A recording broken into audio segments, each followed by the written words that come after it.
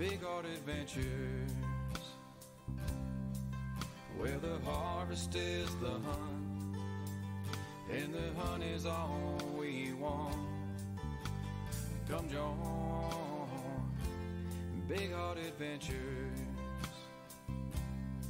'cause there's a world outside the door that we might as well explore.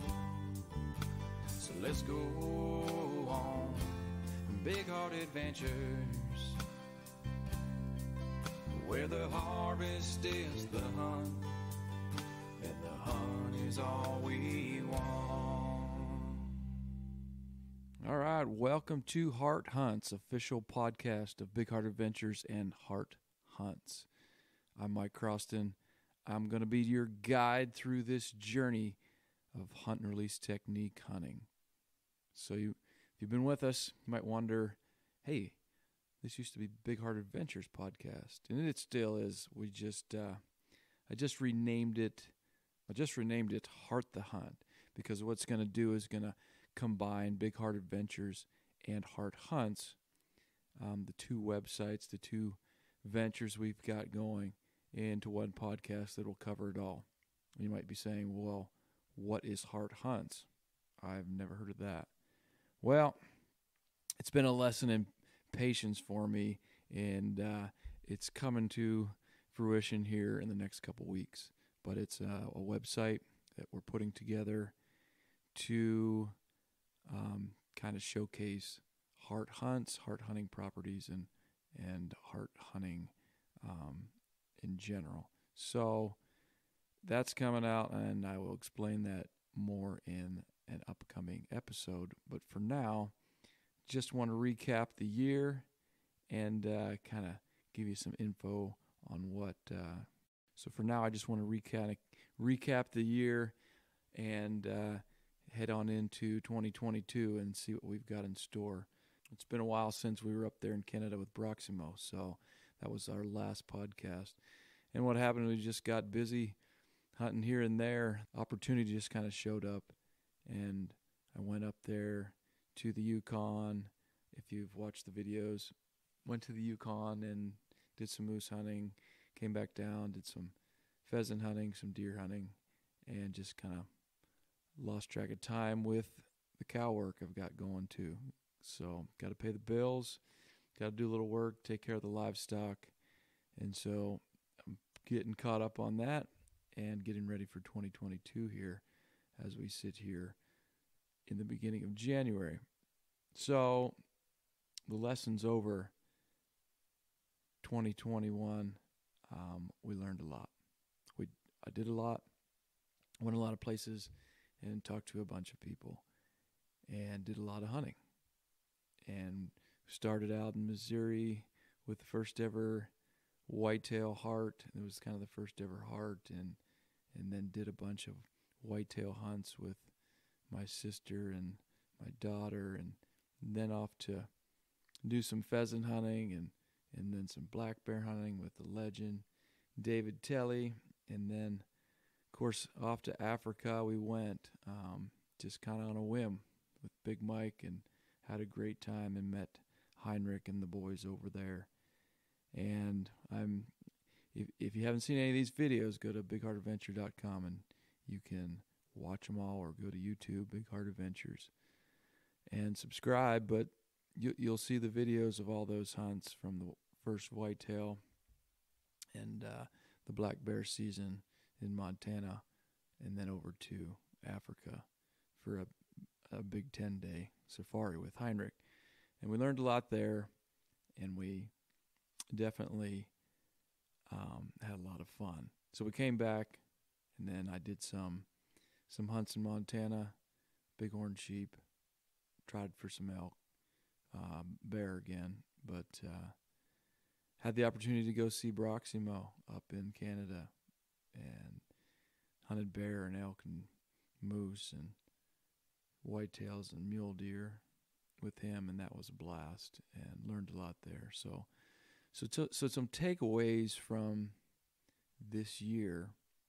We started out refining the H.A.R.T. system, the cameras, and the gear, And the takeaways are that it's real. Every scenario was a real hunt, and it ended with a hard shot, whether it be a miss or a hit.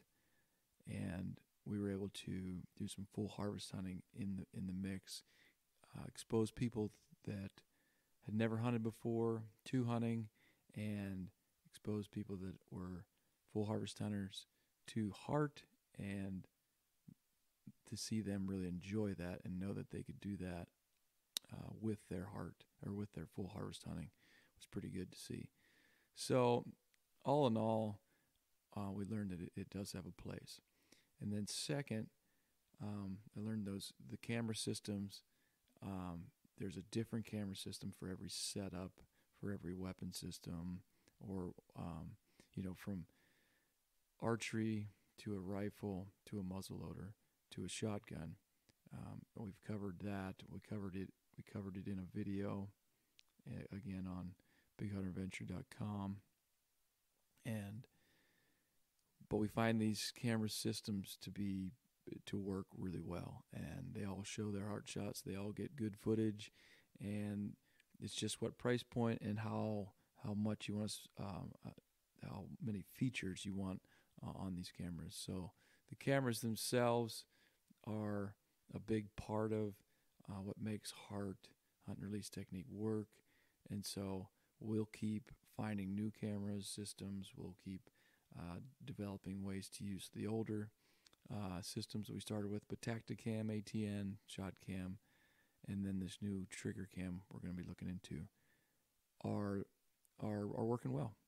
And we'll keep doing videos. I'll keep talking about those camera systems and how they can work in every scenario.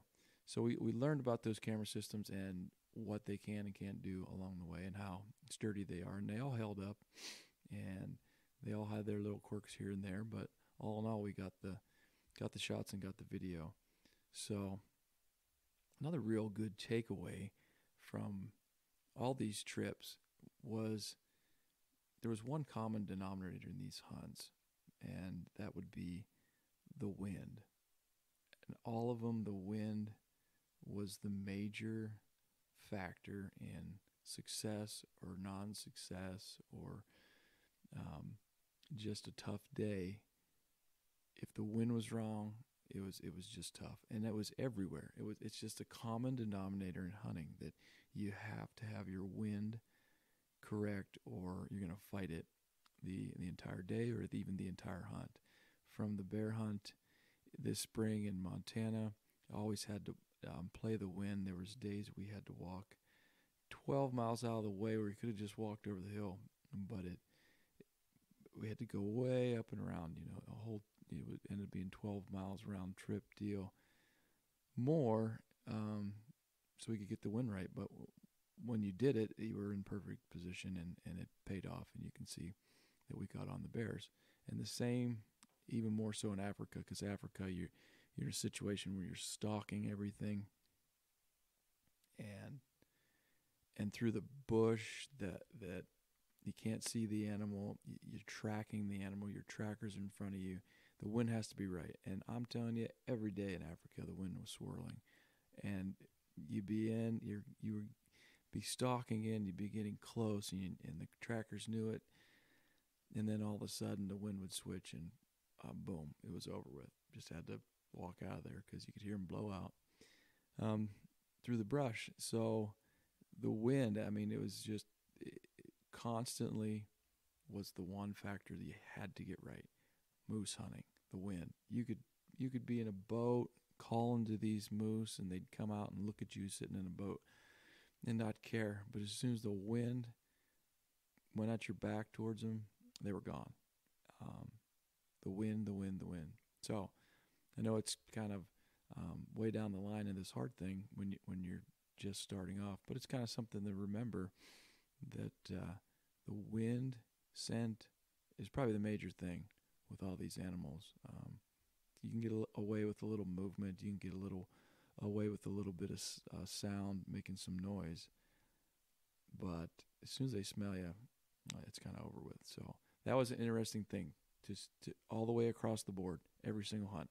That was a common denominator with the with any hunting, with hard hunting, full harvest hunting. So, but we're on to 2022. We made it through the initial kind of test phase.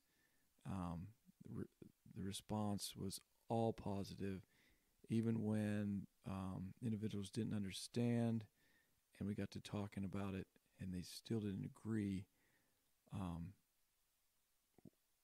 It was still a positive conversation. And when I mean they didn't agree, I mean there's individuals that say, "Well, I'm never going to do that. I'm never going to hard hunt," and that's good. It's fine. Hard hunting is for people that don't want to full harvest anymore, or are entering full harvest and want to do it slow, or want to full harvest and hard hunt. I mean, it's out there if a person wants it, and if a person doesn't need to do it or want to do it, then that's fine. That's the conversation. It's not, again, I love saying this. It's never instead of. It's always in addition to. It's always in addition to, and I hope that resonates. That we're here to support hunting, full harvest, and hunt and release. So, but for the majority, I think people got it.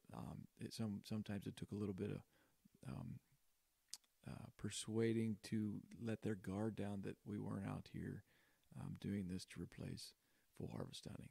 And once that was established, they were open to it, and then they understood what we were doing. And then, of course, when anybody sees it done or anybody experiences it, it's over. I mean, it's they're like, it's the same thing. Yeah. And all these hunts, I made sure to, whether it was a guided hunt or I was hunting with a buddy, I always made sure to say, would you do it this way on a full harvest hunt? Would you do it this way? Would this be the way it happens? And so they weren't doing anything different. But I don't know how they could have done anything different. It's hunting all the way through. And so one kind of example is up in the Yukon, up in British Columbia, and then the Yukon. We were in on one of the bigger bull moose, but he was quite a ways out, and he was bedded down, and I think he was like 420 out there, and I said to the guide, I said, would you take this shot, and would you let your client take a shot? And he said, well, if we get him to stand up, and he was confident he can make a 400-yard shot, yeah. And so I said, I'm confident I can make that shot. I mean, I had a good rest, and I said, but that's not what H.A.R.T's about. I said, it's about hunting and getting closer, and so you're 100% sure about the shot.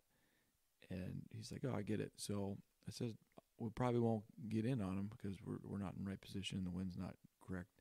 But I says, let's just give it a whirl. And we tried, and it didn't work.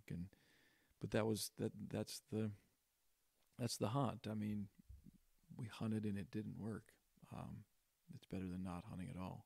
So, but I could have snapped a hard shot at 400 and some yards, but that's not what it's about.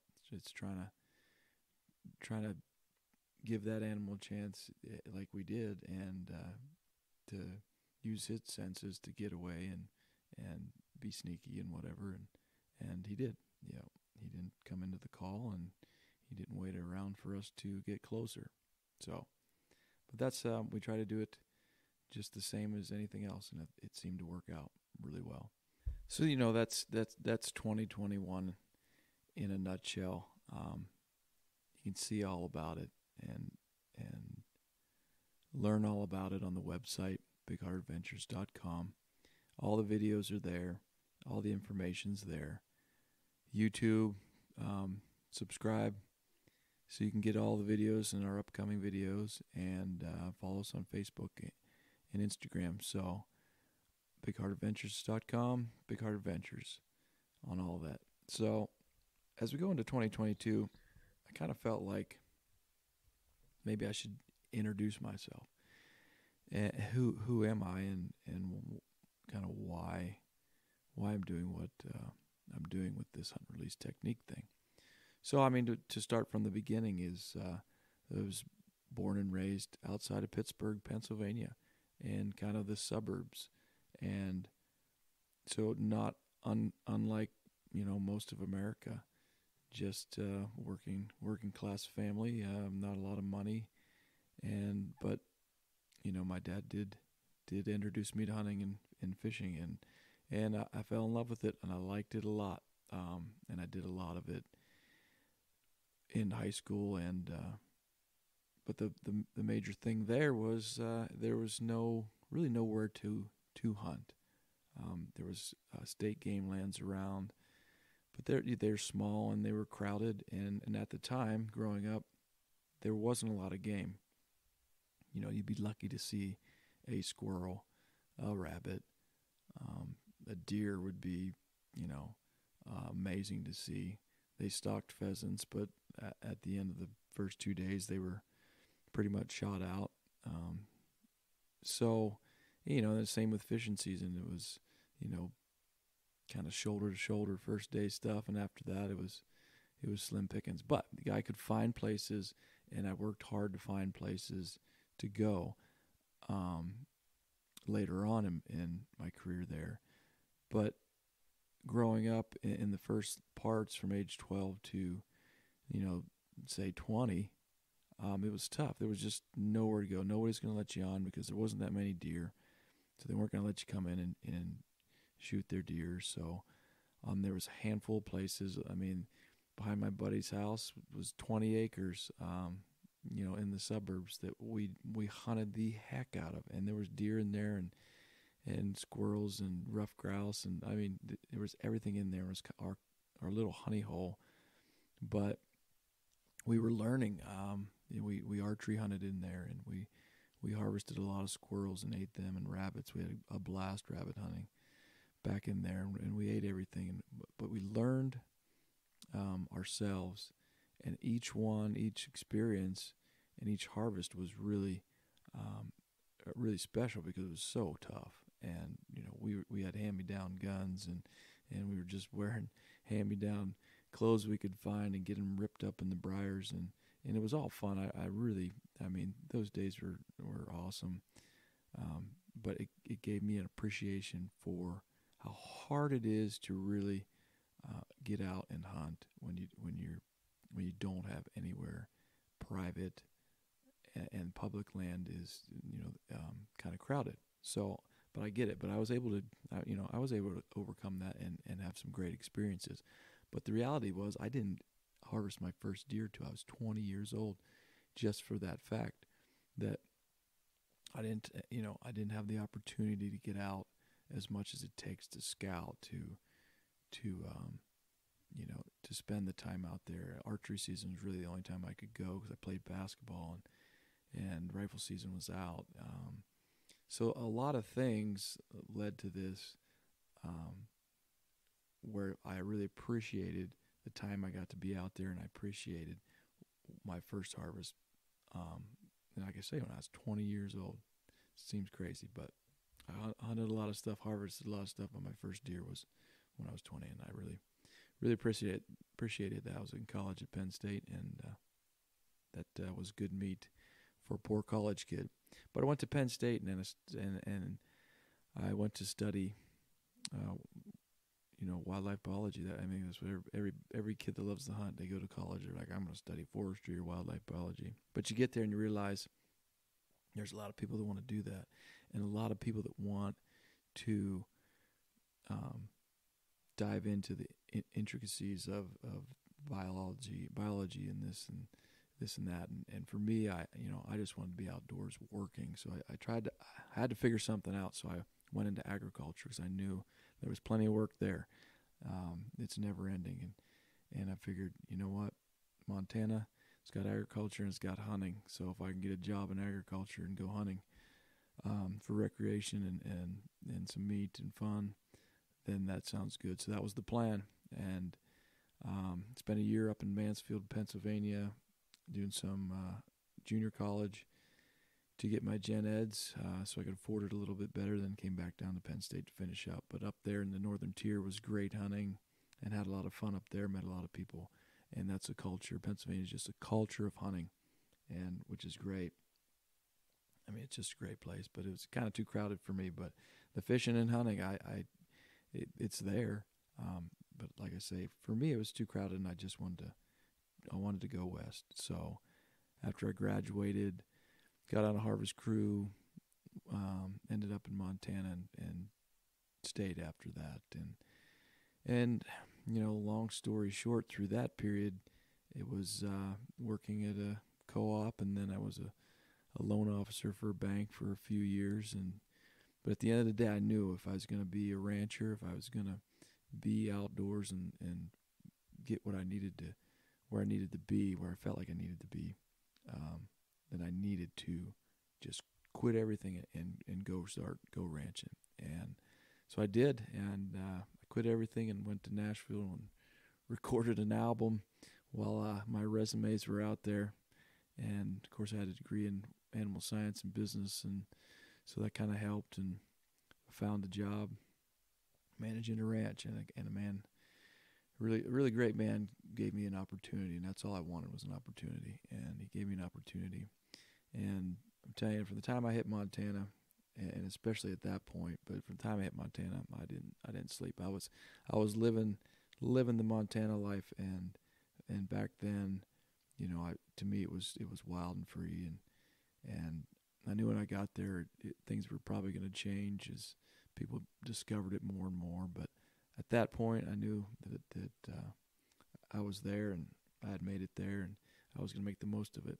And then this opportunity to manage this ranch came up, and I took full advantage. And year after year, I was allowed to run some cows, and I got my master's degree from Colorado State in integrated resource management to better understand the relationship between all aspects of the ecosystem and the economics of ranching, wildlife, and systems.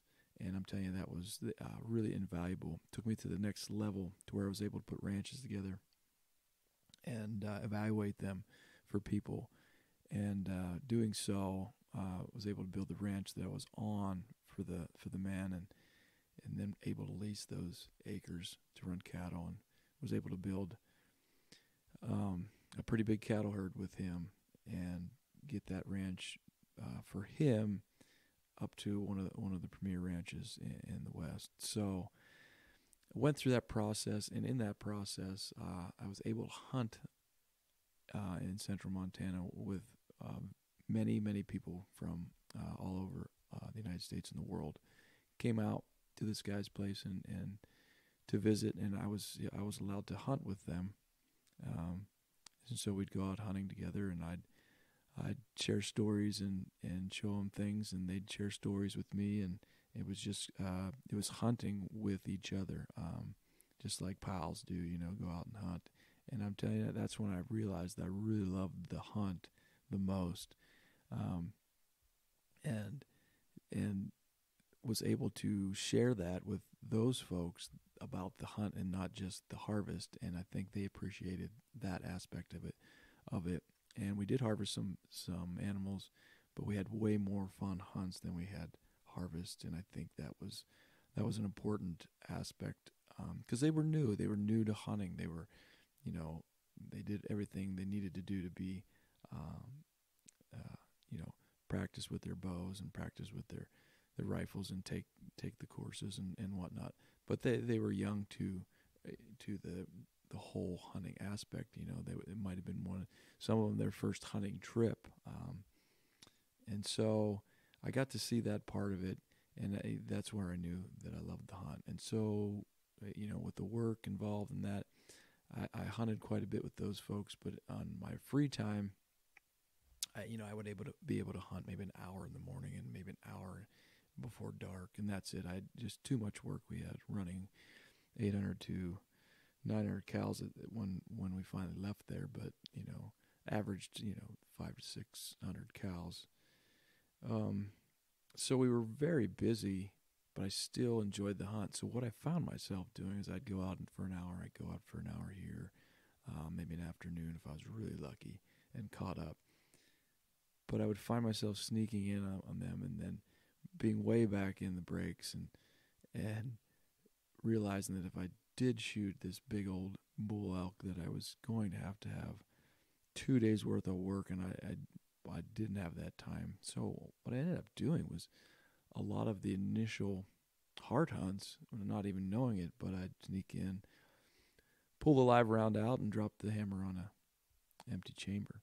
And the thing about it there is you could go back and say, yeah, I had about a 320, 340 elk at 30 yards. I could have got him, and everybody just says, oh yeah, okay, good. With no proof, right? But I found myself doing that more and more with the mule deer and the antelope, and it was just relaxing for me. Then it was time to go back to work. Drop the hammer. Okay, there's the release, and time to go back to work. And I think back on it, and those are the initial stages of the development of hunt release technique. And so throughout the latter part of my time there, I got to see some kind of negatives in the world of hunting, and what it did to neighbor relations.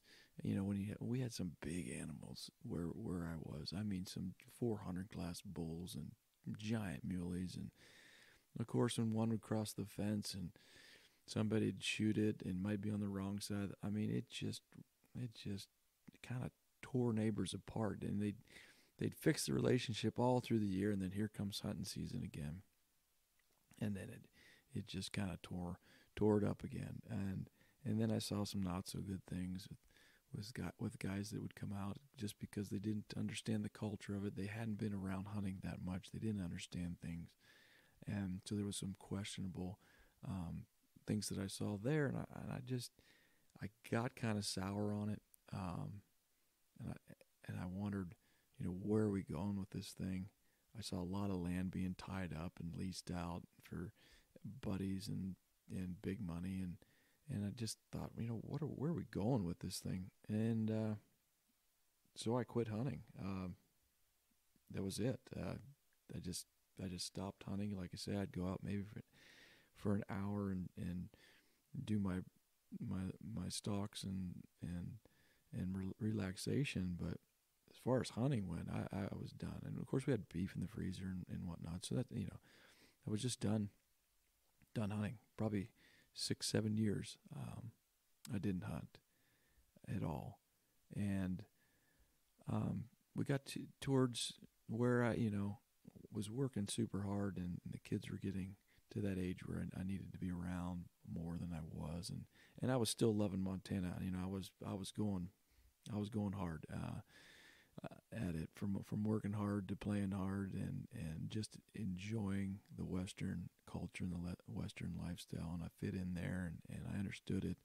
I understand everything about it, and that's just where I fit in. And still to this day, that's where I fit in. That's where I feel the most comfortable. But I just needed to, my wife was working right next to me, right beside me, and it was just tough, 800 head of cattle and just me and her, and in the elements and stuff, and it's a hard deal, and so one day we decided, you know what, kids are only young for so long, and we lived quite a ways from town and stuff, and it didn't bother me that we decided to move to Missouri, south to Missouri. And one of the main reasons, and one of the major reasons, was we were leasing everything, and I really wanted to find out that aspect of, okay, when you buy land, how does that affect your decision making? How does that affect whether you're able to sustainably raise cattle, or do you have to kind of push the limits on things to make your payments and to make it work on your return on investment? So I think that was a key to me wanting to understand, when you lease something, there's certain challenges, right? Because you don't own it. But when you own it, there's also other challenges that a person that's leasing ground doesn't have to deal with. And I also wanted to see just what these high-risk cattle in the South was, what that was all about. And I knew there was more that I could learn, because we were raising cattle and selling them, pretty much straight to the feedlot. So there was no in between, and we had kind of hit that point to where we had really good cattle, and I hit that top of the mountain as far as where my goals wanted to be, where I wanted to be with my goals. I hit the top of that mountain, and there wasn't really anywhere for me to go further. We had a great herd of cattle; they're very sought after, and we were respected in the community as far as we knew how to manage land and how to do it in a sustainable fashion. So maybe go down south. I'll learn a little bit more about the country down here and some of the challenges and nuances of southern raising cattle in fescue country. And so we did come down and made the move, and the girls took to it. The warm weather, closer to town, a lot more interaction, social interaction. So that was a good thing for me. I'm always longing for the West, and it was a bigger adjustment for me. But what I liked about it is I did learn about the stocker operations and raising cattle on fescue and the challenges there, and there is a lot of challenges, health challenges mainly, and production wise, it's a little bit easier because you're not spread out, but there's more challenges on the health side. But a really surprising thing I found was that the South is really just a mecca of hunting and hunting opportunity. And Missouri, I tell you, does a great job managing their resources, and Arkansas does too. I think really hands down, that just kind of really one of the two of the states that just really they get it. They really make being outdoors accessible, and there's a lot of opportunity, a lot of lakes, a lot of rivers, streams, and a lot of national forests down here that holds more deer and bigger deer than I thought would exist in such rough country. Because there's not a lot of cornfields here. There's not a lot of soybeans and crops of that nature that to feed these deer. They gotta kind of rough it out, just like these cattle do on this rocky ground. And there's some phenomenal deer and some phenomenal deer hunting down here, and the pressure is fairly light. So that was interesting, and I enjoyed that. I enjoyed fishing the White River. I enjoy fishing the White River chain of lakes down here that are just, there's thousands of miles of shoreline along these lakes, and you could fish every day. You could fish every day down here and never fish the same spot. It's just incredible. If a guy had time, raising cattle and doing these things, seems like a guy never has time to do what he wants to do. Being down here, and like I say, it was just a little easier production-wise because you don't have such big acreages, and you're not driving 20 miles between ranches, right? So there was a little more time for me, and so I started, getting that feeling where I wanted to go hunting again. I wanted to hunt. At the end of the day, I didn't need the meat, and I didn't want to, just harvest an animal to harvest an animal. And so I just kind of felt like, well, how can I get back into hunting? So I went through this whole process, and it was kind of a weird starting point, just trying to figure things out. And I tried various avenues of the heart hunting, and nothing was really working out. I just couldn't. None of it felt right, and I'm like, well, whatever. So I took a walk one day, and I'm walking down this hill. And we've got a lot of squirrels down here because of black walnuts and whatnot. And I look up and there's a squirrel, and I just flash back to my very first hunts, and they were squirrel hunts because there wasn't a lot of game out there, but there was squirrels. So if you sat there long enough, you could harvest a squirrel. And if you sat there and got up and sat there long enough, you could harvest 2 squirrels and have a lunch. I just remember those, and I was like, man, that's where it all begins. Is small game hunting, squirrel hunting, and that's where it should begin for kids, I think. And I thought, you know what, if you just put a blank in there in a .22, wouldn't that work? And so I thought, well, I got some blanks for my dart gun for treating foot rot in cattle. And so I went and got the 22 and got a blank, and it's got a scope on it. And I went, I said, well, I'm going to go squirrel hunting just like I would go squirrel hunting. And I went squirrel hunting and pulled the trigger of the crosshairs, and everything was the same. And I was like, huh. In the first half hour, I didn't see anything. It was the same. Like, what was I even going to see a squirrel? You know, and I'm trying to do this thing, and I might not even see a squirrel, but I ended up seeing a squirrel, and that kind of, it felt the same. You smelled the gunpowder. It was the exact same kind of report. So I was like, well, this has some merit, but we need a way to capture that moment.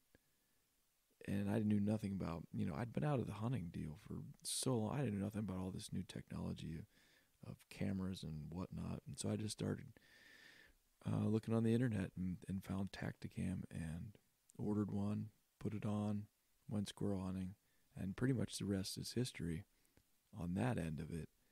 And was able to capture the shots through the scope, and everything was the same. And then I just finally decided I've got to see if this is 100% the same feeling as full harvest on a deer hunt. And so after I got my chores done, I had probably an hour left of daylight, and I went out, sat behind some hay bales, and watched a big old buck come up. And you can see the video. It's Missouri. I think it's Missouri H.A.R.T #1 or something like that on YouTube and BigHeartAdventures.com. But it's this deer comes just chasing this doe, comes right up, and my heart was jumping out of my chest because I didn't even know this deer existed, and this thing was a big old dude now, and jumping out of my chest so much that I had to rest the gun on the hay bale and take a good breath. And when I pulled the trigger, everything was the same. But the coolest thing was after that hard shot, I had never seen it. I have never seen the backside of a hard shot where the deer still stands, and it goes back to grazing, and you watch him till the sun goes down, and then you go home. And that's a feeling you can only feel on a hard hunt. It's totally different. Once I did that, I was like, if I need meat, I'm gonna full harvest. But it was kind of like, I'm probably only gonna heart. I mean, because I want to feel that other feeling at the other end, because that's pretty good. So you get the adrenaline, but you get this other feeling at the end, and that's kind of the journey of how I got here from being born in Pennsylvania and growing up hunting and fishing, but the lack of opportunity leads me to Montana for more opportunity, and I had a ball in Montana. To kind of turn sour and then come south and to bring it all back with a squirrel and a squirrel hunt, it's kind of pretty cool in my mind. There's so many more stories about my time at Penn State and Pennsylvania and in Montana and down here in Missouri.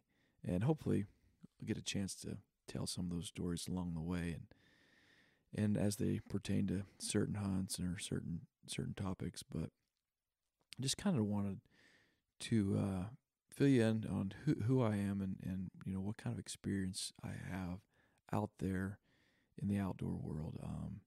I've been hunting since I was young and have hunted a lot of different things in different places. But I'm not the expert. I'm not the giant world traveler that's done it all, and I'm not a person that's been immersed in hunting every day for the last 30 years. But I've been around systems, wildlife, ranches, places that these animals live, and the resources these animals need. And I understand from a economic and a biological level that brings everything together, and how these are all interconnected between rural communities and farmers and ranchers and the people that dream about um, going on these hunts, or dream about owning a property to go hunting, or dream about owning a property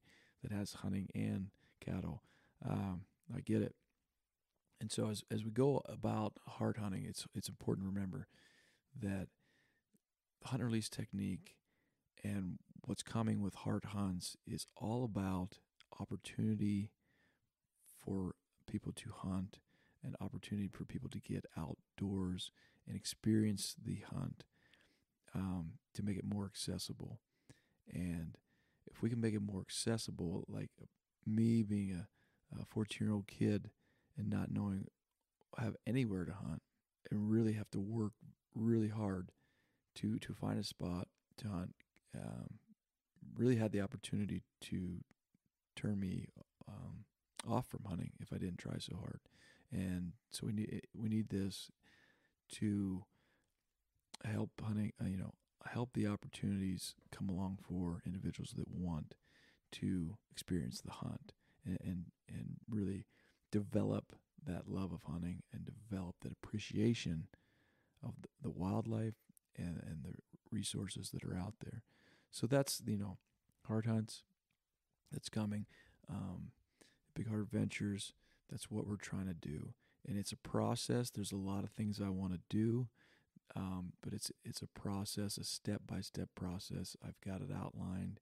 There's certain things that need to happen first, and then we can move on from there. And in 2020, 2021 was, okay, well, does this heart work? Will it be accepted? Yes. We've figured that out. 2022, okay, what kind of level can we take it to, and who wants to jump on board with us? And will we have enough people jump on board that will allow the opportunity to increase for everyone? And that's what 2022 is going to show us, through some really specific places we're going to go and really specific people we're going to meet.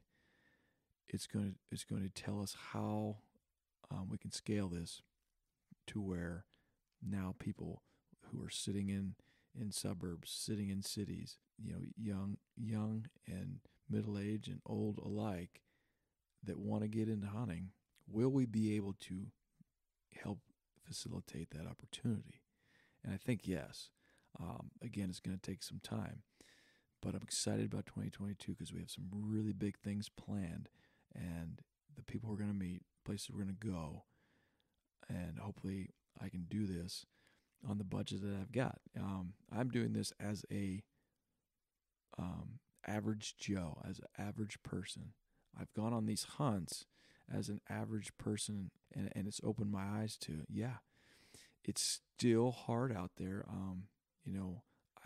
When I went to Montana after Africa, it was, I went public land, and I just went like I was a person looking for a place to hunt. I didn't hire guides. I ran into Broxmo in Canada, but before that, I just went, and it's tough. I mean, the logistics is super hard, and that was for me that understands the areas and understands hunting. Could you imagine if it's somebody that just wanted to start hunting? And yeah, we teach them the morals and ethics and the safety, and they get their hunter safety, and then somebody might take them hunting for the first time. But after that, where do they go? Like, you have to be able to plan, pick up, and be able to go hunting without it being such a dramatic endeavor. Yeah, you wish for those trips and you dream of those trips that are a dramatic endeavor and they're worth it. But to hone your skills and to see if it's really something you like, those hunts shouldn't be so inaccessible, and that is what we're trying to do. And I think you're really gonna enjoy how we go about this, because the people involved are really excited about it.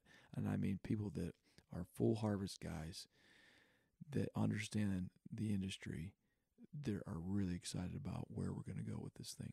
And so stay tuned with us, because we're going to go through a lot of different things. I've got a lot of things I want to discuss, from biology to economics to, the guide, client relationships, whether you want to hunt with a guide or not. Just so many things I want to talk about and that will help a new person hunt and will help a person that's been hunting but wants to take it to the next level also. So, follow us. It's Facebook, Instagram, all Big Heart Adventures, bigheartadventures.com. Head over to YouTube. It's all there. We're just going to put out videos, and a lot of it, may seem boring, but it's going to be informational. And then we'll have our hunt videos, and hopefully they'll be exciting and also informational. But to me, this is information to help facilitate, some more opportunity. So stay tuned. We've got some big announcements with H.A.R.T hunts coming up, and I think 2022 is shaping up to be one for the books. So I'm excited about it. But until then, you know it. Take care of your neighbor and H.A.R.T the hunt. We ain't here for a long time, just a good time. Momentary footprints in the sand. We ain't here